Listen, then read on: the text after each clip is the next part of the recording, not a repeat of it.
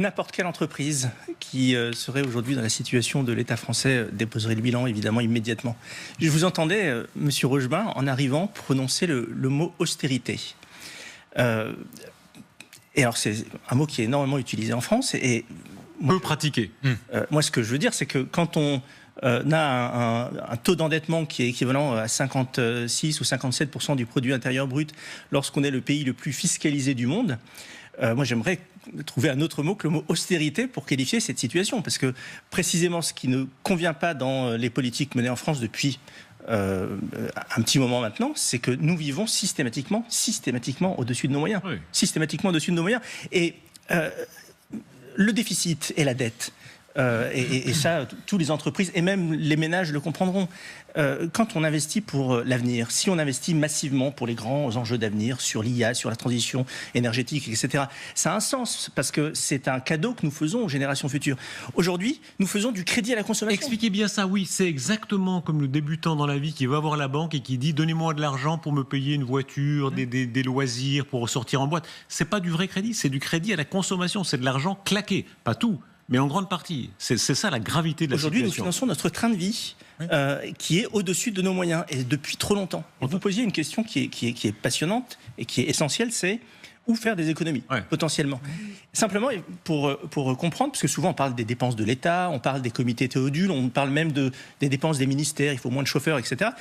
Simplement, oui, voilà, ce genre de choses. Sur 1 000 euros de dépenses publiques, vous avez 550 euros qui sont de la dépense sociale. Vous avez 30 euros qui sont des dépenses de défense nationale. 30 euros qui sont des dépenses de sécurité. Vous avez 90 euros qui sont des dépenses d'éducation nationale. Alors où est-ce que vous économisez là-dedans ? Donc, à un moment donné, il faut se poser la question de où sont les marges de manœuvre. Et les marges de manœuvre sont évidemment dans la dépense sociale. Et dans la dépense sociale, vous avez quoi ? Vous avez la santé et vous avez les retraites. Et dans les retraites, c'est 14% du produit intérieur brut en France. C'est 3 points de plus que dans nos voisins. On va y arriver. Regardez ce tableau qui dit tout, effectivement, le poids maximal. Encore une fois, il ne s'agit pas d'être antisocial, de dire on va tailler dans tous les sens, mais la réalité, c'est que là où il y a une marge d'économie majeure, c'est là-dessus. Et en plus de ça, le danger de la situation, c'est que la pyramide des âges étant ce qu'elle est, nous savons d'ores et déjà que dans les 5 prochaines années, le post-retraite va coûter environ 50 milliards d'euros en plus. Et là où il y a un certain nombre d'anomalies que nous devons mentionner, c'est qu'on a fait une réforme des retraites qui était loin d'être ambitieuse, mais qui avait le mérite de rapporter environ 20 milliards d'euros par an. Sauf que dans les mois qui ont suivi la réforme des retraites, il y a eu une revalorisation des retraites des seniors qui a littéralement écrasé, fait disparaître le bénéfice de la réforme des retraites. Et qui était dans la loi. Mais absolument.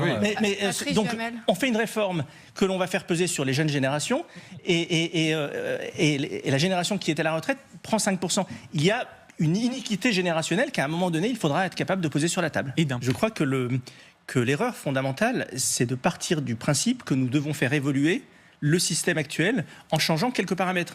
Il y a une vraie révolution copernicienne à mettre sur la table. Regardez par exemple les Pays-Bas. Les Pays-Bas dépensent 7 points de PIB en moins par rapport à nous sur les retraites, et les pensions de retraite sont 30% supérieures. Alors, c'est quoi la recette ? C'est quelque chose qui s'appelle la retraite par capitalisation. La retraite par capitalisation, c'est ce qui n'existe pas en France. Enfin, si, ça existe en France. Oui. Parce qu'il y a quelque chose qui s'appelle notamment le préfonds, qui est pratiqué chez les fonctionnaires et qui fonctionne extrêmement bien. Eh bien, il n'y a pas de pays au monde qui a pratiqué la retraite par capitalisation qui a échoué. Tous les pays